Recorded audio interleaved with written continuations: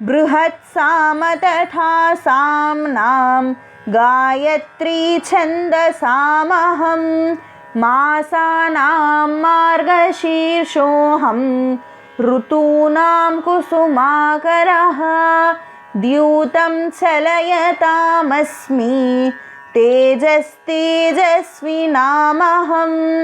జయోస్మి వ్యవసాయోస్మి సత్వం సత్వవతామహం.